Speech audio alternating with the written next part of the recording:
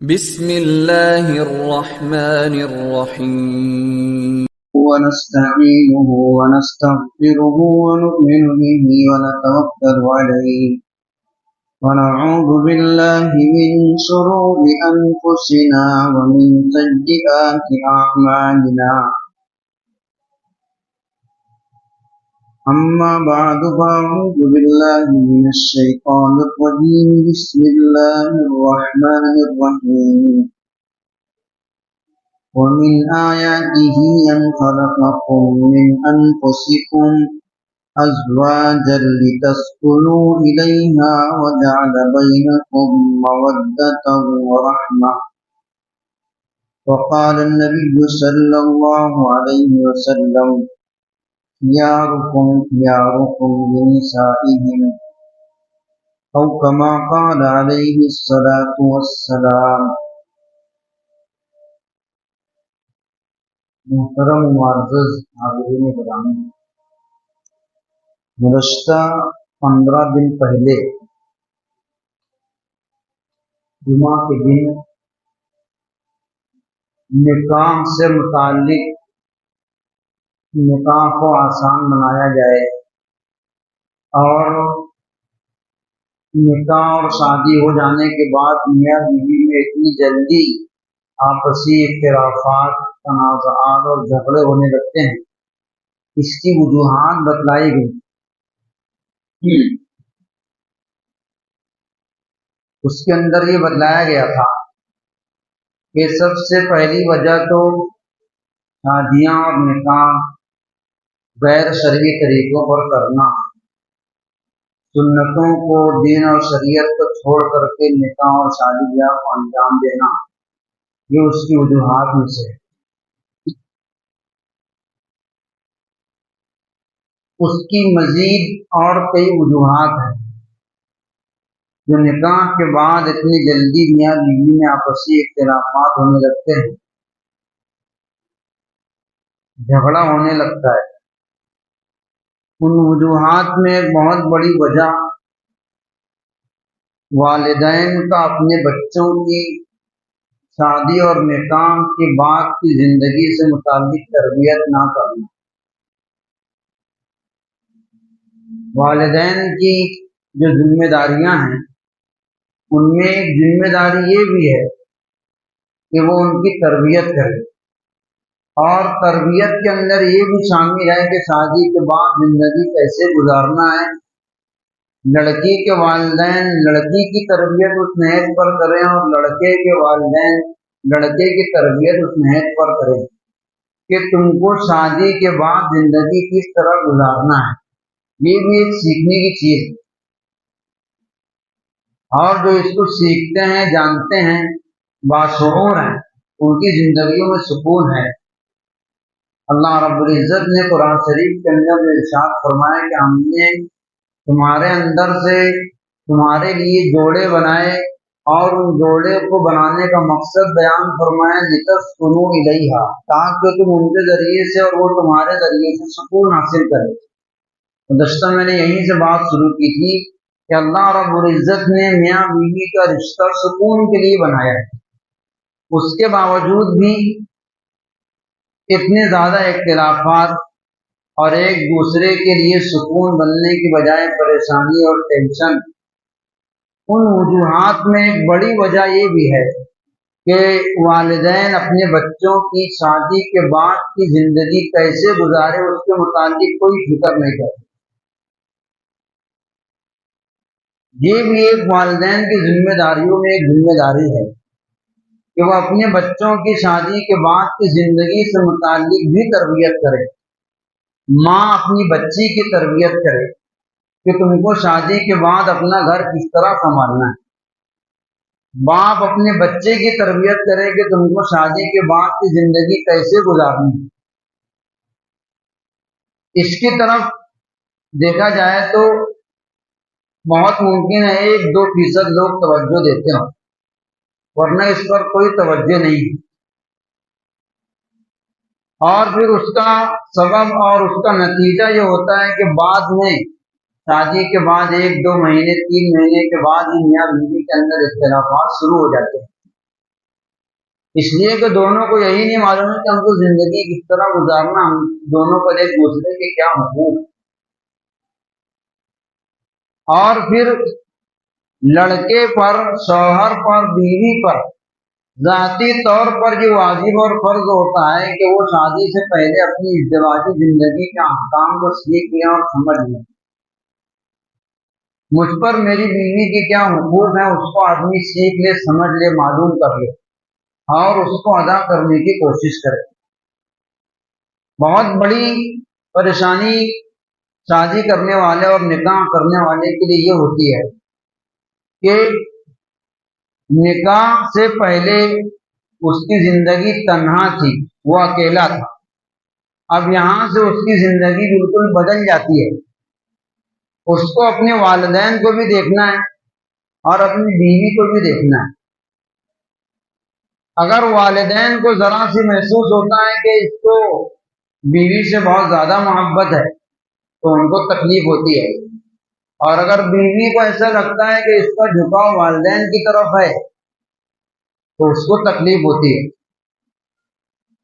جب ایک لڑکی کو یہ پتا رہے گا کہ میرے شوہر پر جس طرح سے میرے حقوق ہیں ویسے ہی اس پر اس کے والدین کے بھی حقوق ہیں، اور اس کی تربیت اس نہج پر ہوئی رہے گی کہ میرے شوہر پر اس کے والدین کے بھی حقوق ہیں، تو اس کو اعتراض نہیں ہوگا، اس کو تکلیف نہیں ہوگی۔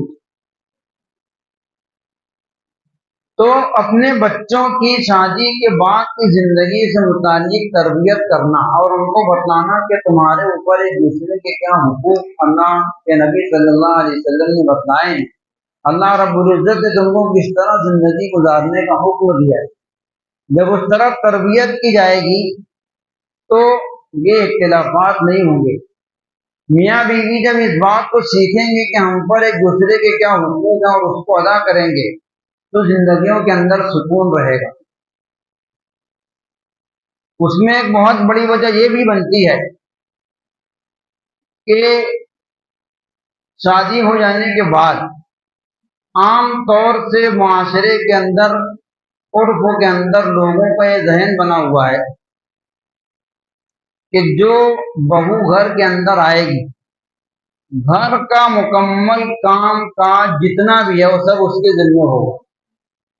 یہ لوگوں کا ایسا ذہن ہے کہ ہم اگر ایک بچے کی شادی کر کے لاتے ہیں تو پھر اس گھر کے اندر اس کے ساس سسر، اس کا شوہر، اس کے جیٹ دیور نند جتنے بھی ہیں وہ سب کا مکمل کام کاج، مکمل خدمت اس آنے والی لڑکی کے ذمہ۔ یہ بہت بڑی غلط فہمی ہے۔ شرعاً اس لڑکی پر اتنا کچھ واجب اور فرض نہیں ہے۔ بچی چاہے ہم نے کہیں پر دی ہو، چاہے ہم نے کہیں سے لائی ہو، دونوں کو ایک نگاہ سے دیکھنا چاہیے۔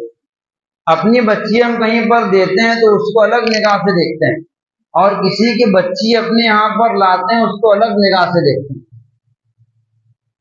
چاہے بچی ہم کہیں پر دے، چاہے کہیں سے لائیں، ہم کو معلوم ہونا چاہیے کہ شریعت میں اس پر کیا کیا چیزیں فرض کی ہیں۔ کیا شرعاً بیوی پر، آنے والی لڑکی پر، اس کے سسرال کے جتنے لوگ ہیں سب کی خدمت ضروری ہے؟ یہ ایک سوال ہے۔ کیا ہمارے یہاں پر جو بہو آئے گی، جو لڑکی آئے گی بیاہ ہونے کے بعد، اس کے ذمے گھر کا مکمل کام کاج ضروری ہے؟ نہیں۔ جب کبھی بیٹھنا ہوتا ہے میاں بیوی کے مسائل میں تو ایک بات یہ سامنے آتی ہے کہ لڑکے کی والدہ یا لڑکے کے والد یہ شکایت کرتے ہیں کہ یار یہ کام نہیں کرتے۔ تو ہمارا سوال یہ ہے کہ شادی کام کرنے کے لیے کیا کس نے ہے؟ شریعت نے کام کرنے کے واسطے تو شادی بیاہ نہیں بنائی ہے، وہ ایک ضمنی چیز ہے۔ کہیں پر کتاب و سنت میں، شریعت میں، دین میں آپ یہ نہیں بتلا سکتے کہ لڑکی اور لڑکے کی شادی اس لیے ہوتی ہے کہ لڑکی یہاں پر آ کر کام کرے۔ نکاح کے مقاصد کے اندر یہ آپ کو کہیں بھی نہیں ملے گا۔ اپنے ذہنوں سے یہ بات نکال دیں کہ لڑکی کی شادی کام کرنے کے لیے ہوتی ہے۔ جب ہمارے ذہن میں بیٹھا ہوا ہے کہ وہ کام کرنے کے لیے آئی ہے تو آپ کام نہیں کرے گی تو پھر ظاہر سی بات ہم کو اعتراض ہو. لیکن ہم یہ سمجھ لیں اچھی طرح کہ شرعن ایسا کہیں پر بھی نہیں ہے. آپ کے سامنے آیت پڑھی گئی، اس میں نکاح کا بنیادی مقصد ذکر کیا گیا لِتَسْكُنُوا إِلَيْهَا، تاکہ تم ان کے ذریعے سے سکون حاصل کرو. کہیں پر اللہ کے نبی صلی اللہ علیہ وسلم نے ذخیرہ احادیث میں جتنی احادیث ہیں کہیں پر آپ کو کوئی حدیث یا کوئی آیت یا کسی فقیہ کا قول نہیں ملے گا کہ وہ کام کرنے کے لیے آتی ہے.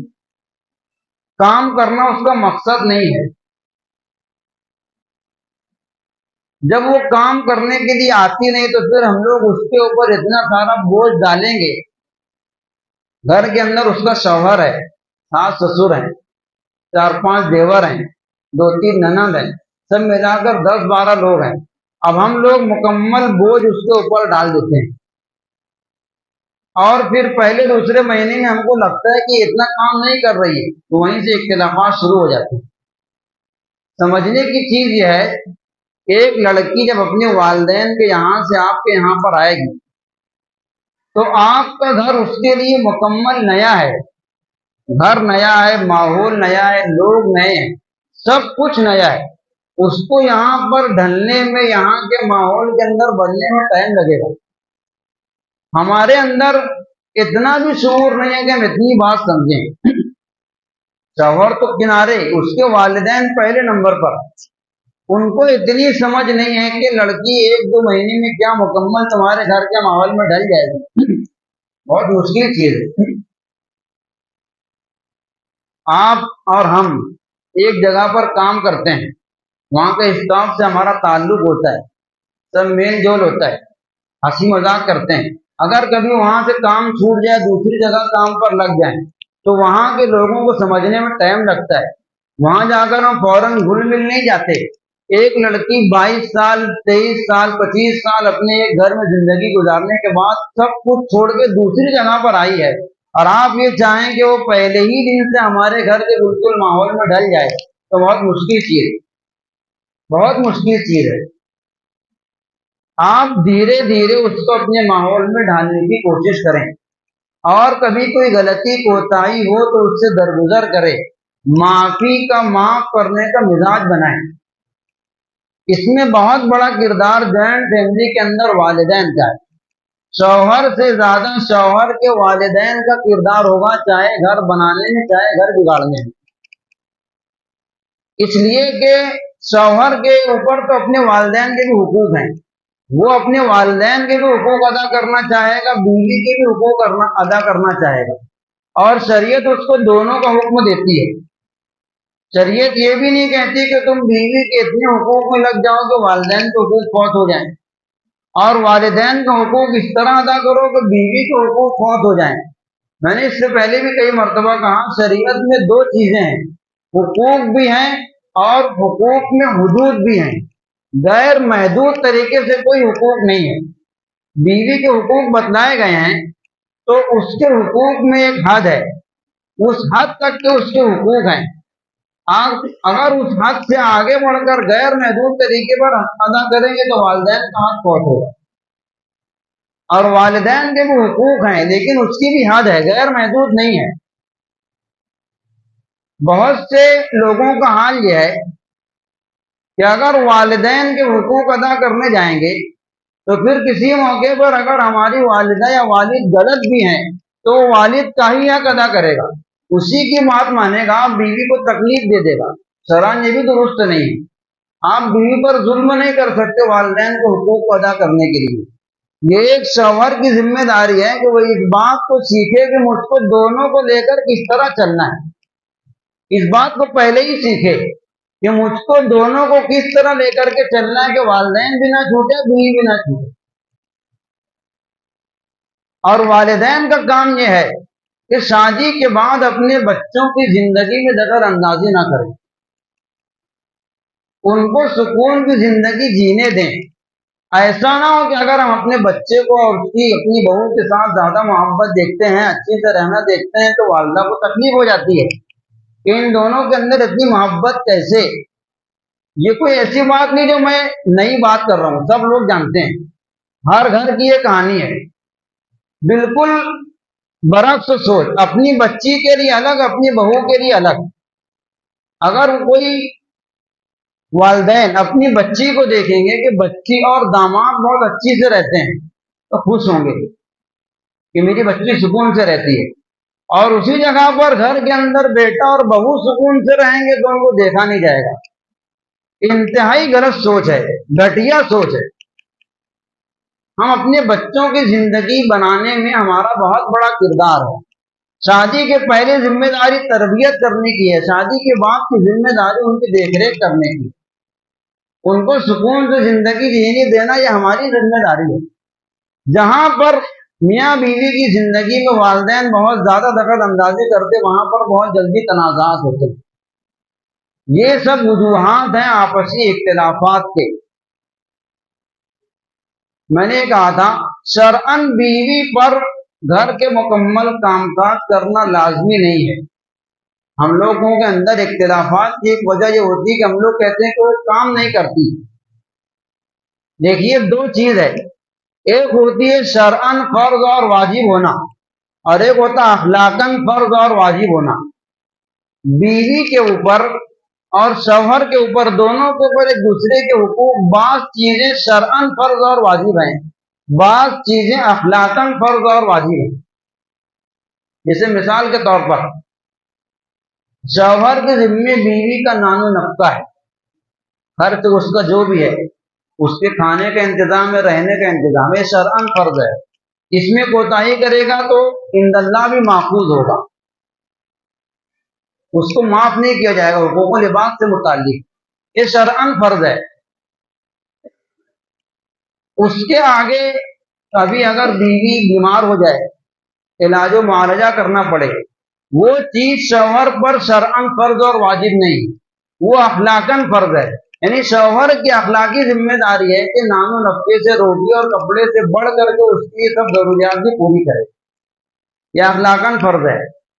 اسی طریقے سے بیوی کے اوپر شوہر کے جو حقوق ہیں، شوہر کی خدمت کرنا، یہ شرعاً ضروری ہے، اور اس میں بھی تمام تر خدمت ضروری نہیں ہے، حتیٰ کہ یہ کہا گیا ہے کہ اگر بیوی آپ ایسے گھر سے لائے ہیں کہ وہ اپنے والدین کے یہاں پر کام نہیں کرتی تھی، شریف گھرانے کی ہے، بڑے گھرانے کی ہے، اس کو سب کچھ کیا کرایا ملتا تھا، اور آپ کے یہاں پر آ کر وہ یہ مطالبہ کرے کہ مجھ کو کھانا تیار چاہیے، شوہر کے اوپر یہ ذمہ داری ہے کہ وہ اس کو تیار کھانا دے۔ فقہ حنفی کی معتبر کتاب فتاوی ہندیہ، اس میں لکھا ہوا ہے، اور تمام فقہ کی کتابوں کے اندر لکھا ہے، اگر بیوی شریف گھرانے سے ہے، آپ جہاں سے کر کے لائے ہیں وہ اپنے گھر میں کام نہیں کرتی تھی، اور وہ آپ کے یہاں بیاہ ہو کر کے آئی ہے، وہ اگر مطالبہ کرے کہ مجھ کو کھانا تیار چاہیے، آپ کو تیار کھانا دینا پڑے گا۔ وہ کہے کہ میں گھر کا کام نہیں کروں گی تو آپ کو برداشت کرنا پڑے گا۔ اسی لیے شریعت نے نکاح میں ایک چیز رکھی ہے، کفو، آدمی کو اپنی برابری میں نکاح کرنا چاہیے، اپنے لیول کے لوگوں میں نکاح کرنا چاہیے۔ ہم جس کیٹیگری کے ہیں، جس حیثیت کے ہیں، جیسے ہمارے گھر کا ماحول ہے، اس طرح کے گھر میں نکاح کرنا چاہیے۔ ہمارے گھر کا ماحول یہ کہ پورا کام عورتیں کرتی ہیں، تو آپ ایسے ہی گھر سے لڑکی لاؤ جہاں پہ لڑکیاں کام کرتی ہیں۔ کفو اسی کو کہتے ہیں، برابری۔ ایسا نہ ہو کہ آپ ادنا لیول کے ہیں، ادنا درجے کے ہیں، کھانے پکانے والے ہیں، روزانہ کھاتے ہیں، کماتے ہیں، اور لڑکی آپ جہاں سے لا رہے وہ لوگ کروڑ پتی ہیں، تو نہیں جمے گا۔ شریعت نے کفو کو معتبر مانا ہے۔ تو اس لیے میں یہ بتلا رہا تھا مسئلہ کہ بعض چیزیں شرعاً واجب ہوتی ہیں، بعض چیزیں اخلاقاً ہوتی ہے۔ شوہر کے والدین کی خدمت کرنا بیوی پر اخلاقاً ضروری ہے، اور یہ میاں بیوی کا رشتہ دیر پا اسی وقت ہوتا جبکہ دونوں شرعاً واجب سے بڑھ کر کے اخلاقی فریضوں کو بھی ادا کریں۔ اگر وہ کہے کہ میرے اوپر یہ نہیں ضروری، میرے اوپر وہ نہیں ضروری، تو دونوں کی زندگی نہیں چلتی۔ تو شرعی واجبات سے بڑھ کر کے اخلاقی فرائض کو ایک دوسرے کے ادا کرنا، یہ ذمہ داری والدین کی ہے کہ پہلے سے ان کی تربیت کریں اس طریقے سے۔ یہ تمام وجوہات ہیں میاں بیوی کے درمیان اختلافات ہونے کے، نہ ہم لوگ پہلے تربیت کرتے ہیں، نہ بعد میں زندگی کس طرح گزارنا ہے اس پر توجہ دیتے ہیں، اور ان سب کی بنیادی وجہ بے دینی ہے۔ گھر کے اندر دینی ماحول نہیں ہے، نہ کسی دینی کتاب کی تعلیم ہوتی ہے، نہ کبھی عورتوں نے دین سنا اور جانا ہے، تو بے دینی کی زندگی گزار رہے ہیں۔ مستورات میں گھروں کے اندر تعلیم ہونا چاہیے، بہت ساری کتابیں ہیں، اچھی اچھی کتابیں جس کے اندر میاں بیوی کے حقوق ہیں، گھر میں زندگی کس طرح گزارا جائے اس کے اوپر کتابیں ہیں۔ ایسی کتابوں کی گھروں کے اندر تعلیم کی جائے، گھروں کے اندر ماحول دیندارانہ بنایا جائے، اور ان تمام چیزوں کو دین کا حصہ سمجھ کر کے اس پر عمل کیا جائے، تب زندگی کے اندر سکون ہوگا۔ اللہ تعالیٰ عمل کی توفیق عطا فرمائے۔ وآخر دعوانا الحمد للہ رب العالمین۔